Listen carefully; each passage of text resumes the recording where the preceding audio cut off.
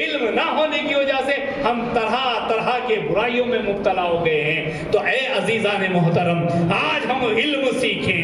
علم جب سیکھ لیں گے تو الحمدللہ کامیاب ہو جائیں گے. کوئی ولی کامل آپ ایسا نہیں بتا سکتے کہ جنہوں نے علم حاصل نہ کیا. حضرت غوث اعظم علیہ رحمت رضوان کو مفتی عراق کہا جاتا ہے. حضرت خواجہ غریب النواز رحمت اللہ تعالی علیہ ایک زبردست عالم باعمل تھے. اللہ تعالیٰ جسے ولی بنانا چاہتا ہے پہلے اسے علم سے نوازتا ہے. اللہ جسے ولی بنانا چاہتا ہے پہلے اسے علم سے نوازتا ہے. علم سے جب سرفراز ہو جاتا ہے پھر ولایت کا مقام عطا کرتا ہے. تو میرے دوستو, میرے عزیزوں, ہمیں علم حاصل کرنا ضروری ہے. آج وہ قوم جس قوم کے بارے میں, جس قوم کے پیغمبر نے کہا کہ طلب العلم فریضۃ علی کل مسلم و مسلمات, آج وہ قوم علم نہ ہونے کی وجہ سے در در کی ٹھوکریں کھاتی ہوئی نظر آ رہی ہے. علم نہ ہونے کی وجہ سے آج ہمارا حال یہ ہو گیا ہے, نہ ہم دنیا کے مکمل ہو کر رہے نہ آخرت کے مکمل ہو کر رہے. کیوں؟ علم کی کمی. نہ مکمل طریقے سے علم حاصل کر, دنیا کا بھی نہیں کر رہا ہے, آخرت کا بھی نہیں کر رہا ہے.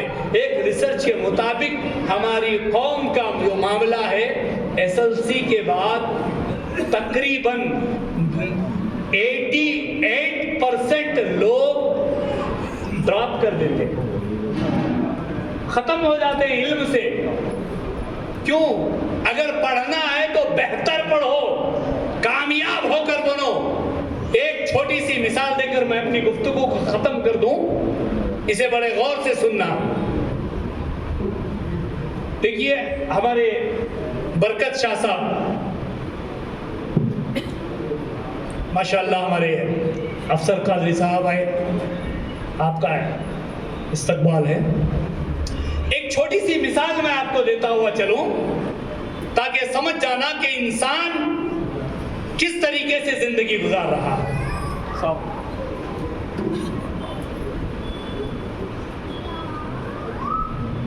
نوجوانوں, یہ مثال میں آپ کو دینا چاہ رہا ہوں, اپنے ذہن میں بٹھا لینا. ایک 25 کلو کا بوریا ہے میرے پاس, چاول کا بیگ ہے 25 کلو کا. میں میجسٹک کے پاس کھڑا تھا, ہمارے برکت شاہ صاحب وہاں آئے, کار لے کے آئے. میں نے کہا شاہ صاحب کہاں جا رہے ہیں؟ کہا کہ میسور جا رہا ہوں. کہا کہ یہ 25 کلو کی بیگ ہے, ہمارے ایک دوست کو دے دینا. یہ مثال بڑے غور سے سننا تاکہ ہماری زندگی کا مقصد سمجھ میں آئے.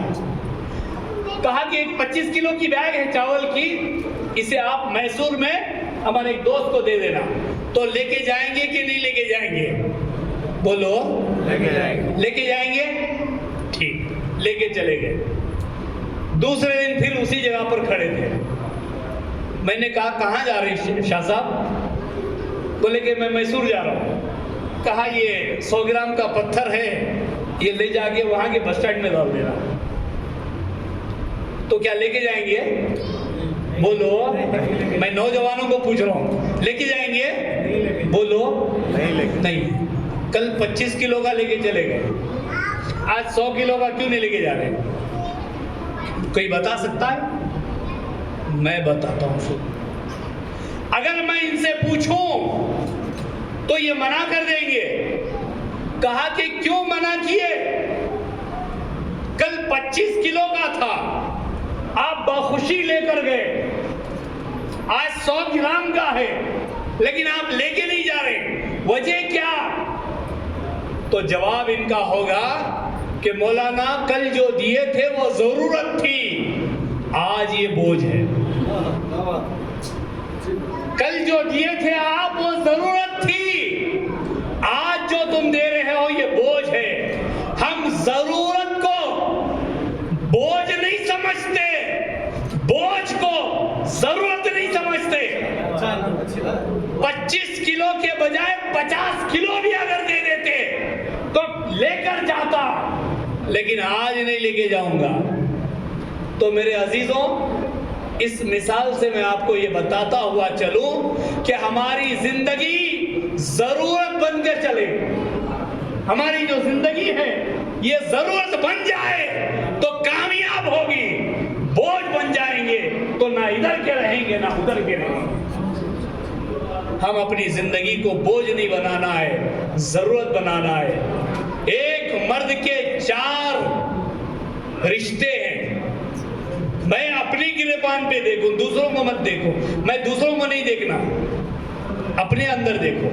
میں کیا شوہر مکمل ہوں؟ کیا میں بیٹا صحیح ہوں؟ کیا میں بھائی صحیح بھائی کے لائق ہوں؟ کیا میں ایک بہترین باپ ہوں؟ یہ 4 رشتوں میں میں کیسا ہوں؟ آج اپنے ذہن میں بٹھائیں۔ حضرت خواجہ غریب النواز رحمت اللہ تعالیٰ علیہ کے چھٹی شریف میں آئے ہیں تو اتنا تو سمجھ کے جائیں کہ ہماری زندگی کا مقصد کیا ہے۔ کیا میں ایک باپ صحیح ہوں؟ کیا میں ایک شوہر صحیح ہوں؟ کیا میں ایک بھائی صحیح ہوں؟ کیا میں ایک بیٹا صحیح ہوں؟ اپنے اندر ٹٹولیں۔ جب جہاں ہمیں ڈاؤٹ دکھے وہاں ہم کریکشن کرنے کی کوشش کریں۔ میں تو اتنا ہی کہتا ہوں کہ ہر بیوی رب قدیر کی بارگاہ میں دعا یہ کرے کہ مولا میرا بیٹا کچھ بنے یا نہ بنے میرے شوہر جیسا بن جائے، میرا بیٹا کچھ بنے یا نہ بنے میرے شوہر جیسا بن جائے۔ یہ دعا بیوی کی زبان سے نکلے، ایسی زندگی گزارو، ایسی زندگی گزارو۔ ایک شوہر کہے کہ بس میری جو بیٹی ہے کچھ بنے یا نہ بنے میری بیوی کے جیسے بن جائے، ایسی زندگی بیوی کو گزارنی چاہیے۔ جب یہ مقام ہمارے اندر آئے گا، جب یہ سوچ ہمارے اندر آئے گی، یہ جذبہ، یہ مقصد سمجھ میں آ جائے گا تو الحمدللہ دنیا بھی ہماری کامیاب، آخرت بھی کامیاب ہو جائے گی۔